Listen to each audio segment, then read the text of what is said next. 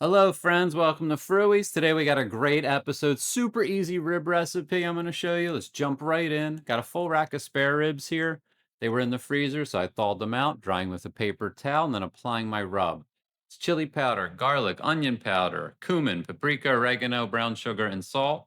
I'm applying top and bottom, getting nice and thoroughly rubbed. And then I'm switching to a clean piece of foil because I don't want any of the sugar to burn in the pan. 2 hours later, 250 degrees Fahrenheit. They're looking great, but not ready yet. So we're going to actually cook these for 3 hours uncovered.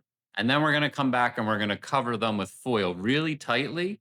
And then we're going to essentially steam them for the last hour or two. So I'll check these once an hour to make sure they're where I want.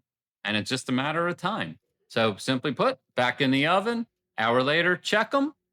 This was the second hour, just for awareness. So it's 5 hours in the cooking. You can see we got a nice bone exposed. A rib tongue test, or see how they're jiggling. A lot of juice. These are done. Oh yeah. Oh, well, guess there's no arguing that side was done. Ribs are done. So we're gonna stop now.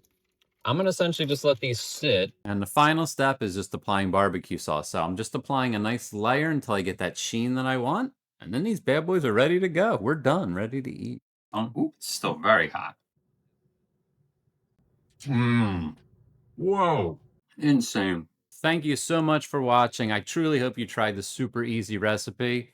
And we'll see you next week. All right, everyone, take care.